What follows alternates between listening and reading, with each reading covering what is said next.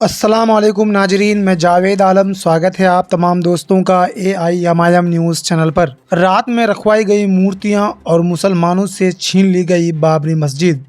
All India मजलिस इत्तेहादुल मुस्लिमीन के सांसद barrister Asaduddin Owaisi साहब ने राम मंदिर पर उठाए सवाल। असदुद्दीन अवैसी साहब ने कहा, जब कांग्रेस नेता GP पंत उत्तर प्रदेश के मुख्यमंत्री थे तब रात के अंधेरे में मस्जिद के अंदर मूर्तियां रखी गई। उस वक्त के नायर अयोध्या के कलेक्टर हुआ करते थे। ऑल इंडिया मजलिस इत्तेहादुल मुस्लिमीन के सांसद बैरिस्टर असदुद्दीन अवैसी साहब ने एक बार फिर अयोध्या के मंदिर में प्राण प्रतिष्ठा पर सवाल उठाए हैं। असदुद्दीन अवैसी साहब ने शनिवार को दावा किया कि बाबरी मस्जिद को सिस्टमैटिक तरीके से भारतीय मुसलमानों से छीन लिया गया, जो वहां 500 साल से नमाज पढ़ा करते थे।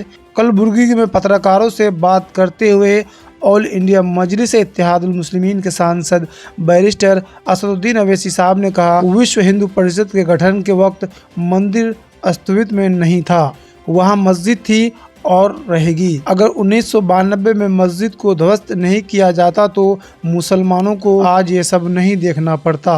ऑल इंडिया मजलिस इत्तेहादुल मुस्लिमीन के सांसद बैरिस्टर असदुद्दीन अवैसी साहब ने कहा, जब कांग्रेस नेता GP पंत उत्तर प्रदेश के मुख्यमंत्री थे तब रात के अंधेरे में मस्जिद के अंदर मूर्तियां रखी गई।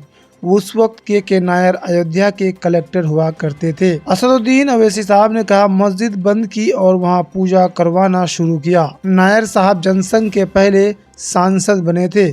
उन्होंने कहा कि 1986 में मुसलमानों को बताए बगैर ही ताले खोल दिए गए और बूटा सिंह ने शिलान्यास कर दिया।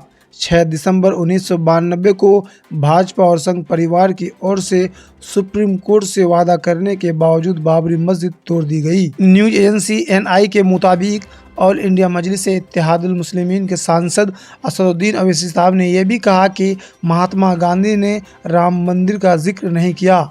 उन्होंने कहा, महात्मा गांधी ने कभी राम मंदिर को लेकर कुछ नहीं कहा। बहुत ही सिस्टमेटिक तरीके से देश के मुसलमानों से मस्जिद ले ली गई। इससे पहले ऑल इंडिया मजलिस इत्तेहादुल मुस्लिमीन के सांसद बैरिस्टर असदुद्दीन अवैसी साहब ने दिल्ली में सुंदरकांड का पाठ कराने को लेकर आम आदमी पार्टी की आलोचना की थी।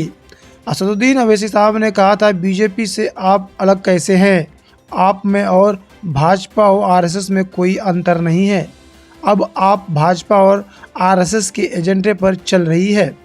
कुछ लोग कह रहे हैं कि वह सूर्य नदी में नहीं जाएंगे। अब दिल्ली में कह रहे हैं कि वह सुंदरकांड और हनुमान चालीसा का पाठ कराएंगे। उनमें और भाजपा RSS में कोई अंतर नहीं है।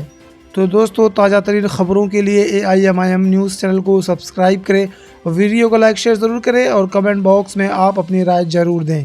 बिहार के अमौर विधानसभा क्षेत्र में ऑल इंडिया मजलिस इत्तेहादुल मुस्लिमीन AIMIM पार्टी का एक विशाल प्रोग्राम रखा गया था, जिसमें हजारों की तादाद में लोग AIMIM ऑल इंडिया मजलिस इत्तेहादुल मुस्लिमीन पार्टी में शामिल हुए। पार्टी में शामिल हुए लोग कांग्रेस और JDU के कार्यकर्ता थे और हजारों की तादाद में हिंदू भाई भी AIMIM पार्टी में शामिल हुए। शामिल हुए लोगों का कहना है कि लोकसभा चुनाव 2024 बहुत करीब है और हमारे पास अख्तरुल इमान से अच्छा और कोई विकल्प नहीं है।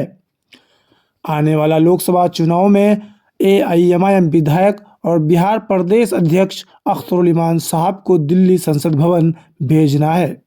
पार्टी में शामिल हुए लोगों ने आगे कहा, अख्तरुल इमान साहब बेबाक नेता है और लीडर है और हर जाति और हर मुद्दे पर आवाज़ उठाते हैं। विधानसभा में जब लोकसभा जाएंगे तो सीमांचल सहित पूरे बिहार के लिए आवाज़ उठाएंगे। लोगों ने आगे कहा, मौजूदा हालात में जिस तरह से ऑल इंडिया मजलिस इत्तेहादुल मुस्लिमीन के सांसद बैरिस्टर असदुद्दीन अवैसी साहब हर जुल्म के खिलाफ मर्द की तरह आवाज़ उठाते हैं और हुकूमत की आंखों में आंखें डालकर बात करते हैं, उसी तरह अख्तरुल इमान साहब भी आंखों में आंखें डालकर हुकूमत से बात करेंगे। आने वाला लोकसभा चुनाव में किसी और को नहीं, सिर्फ ऑल इंडिया मजलिस इत्तेहादुल मुस्लिमीन AIMIM और पतंग ही चलेगा पूरे बिहार में। पूरे सीमांचल में ऑल इंडिया मजलिस इत्तेहादुल मुस्लिमीन के जानिब से गली गली मोहल्ला मोहल्ला कार्यकर्ता सम्मेलन मीटिंग रखा जा रहा है, क्योंकि आने वाले दिनों में लोकसभा चुनाव है, जिसको लेकर पार्टी को मजबूती के लिए काम किया जा रहा है। तो दोस्तों, ताज़ा तरीन खबरों के लिए AIMIM न्यूज़ चैनल को सब्सक्राइब करें, वीडियो को लाइक शेयर ज़रूर करें और कमेंट बॉक्स में आप अपनी राय ज़रूर दें। इंडिया मजलिस इत्तेहादुल मुस्लिमीन के सांसद बैरिस्टर असदुद्दीन अवैसी साहब ने एक बयान दिया है। उन्होंने कहा, ना मोदी से ना शाह से डरो, बस अल्लाह से डरो। ऑल इंडिया मजलिस इत्तेहादुल मुस्लिमीन AIMIM के चीफ असदुद्दीन अवैसी ने भारत के प्रधानमंत्री, गृह मंत्री और केंद्र सरकार को शायराना अंदाज में घेरा है। एक जनसभा को संबोधित करते हुए असदुद्दीन अवैसी साहब ने कहा कि वह सिर्फ अल्लाह से डरते हैं, उनके अलावा वह किसी से नहीं डरते, चाहे फिर वो देश के PM हो या फिर कोई और। ऑल इंडिया मजलिस इत्तेहादुल मुस्लिमीन के शेर सांसद बैरिस्टर असदुद्दीन अवैसी साहब ने लोगों से अमित शाह का नाम लेते हुए ये भी कहा, वह ना ही केंद्र गृह मंत्री से डरे, वो सिर्फ और सिर्फ अल्लाह से डरे। दरअसल ऑल इंडिया मजलिस इत्तेहादुल मुस्लिमीन के प्रमुख असदुद्दीन अवैसी साहब ने आज सोशल मीडिया प्लेटफॉर्म X पर अपने आधिकारिक अकाउंट से एक पोस्ट शेयर किया, जिसमें कैप्शन में लिखा गया, हम सिर्फ ज़मीन व आसमान को बनाने वाले से डरते हैं, बाकी किसी से भी नहीं डरते। इसके साथ ही पोस्ट में एक वीडियो भी शेयर किया गया। हम सिर्फ जमीन और आसमान को बनाने वाले से डरते हैं, किसी से भी नहीं डरते। वो मैं गुनाहगार हूं, खताकार हूं, सियाकार हूं, मैं क्या हूं, मेरे रब को मानो। ऑल इंडिया मजलिस इत्तेहादुल मुस्लिमीन के प्रमुख ने जो वीडियो क्लिप शेयर की थी, उसमें वह जनसभा को संबोधित करते हुए कहते हैं, हम सिर्फ ज़मीन व आसमान को बनाने वाले से डरते हैं, बाकी किसी से भी नहीं डरते हैं। जो मैं गुनहगार हूँ, खताकार हूँ, सियाकार हूँ, मैं क्या कहूँ, मेरे रब को मालूम है, मगर मैं सिर्फ अल्लाह से डरता हूँ। और तुमको भी बोलने आया हूँ कि ना मोदी से डरना, ना शाह से डरना और ना ही हुकूमत से डरना, किसी से भी नहीं डरना, सिर्फ अल्लाह से डरना है। हम सिर्फ जमीन और आसमान को बनाने वाले से डरते हैं। ऑल इंडिया मजलिस इत्तेहादुल मुस्लिमीन के प्रमुख असदुद्दीन अवैसी साहब का ये बयान ऐसे समय पर आया है जब 22 जनवरी को अयोध्या राम मंदिर का उद्घाटन होने वाला है।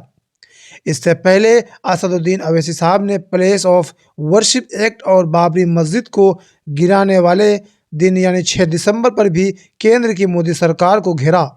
उन्होंने कहा, प्लेस ऑफ वर्शिप एक्ट संसद द्वारा बनाया हुआ है, ऐसे में क्यों मोदी सरकार कहती है कि हम इस पर स्टैंड करते हैं, विरोध का क्या है।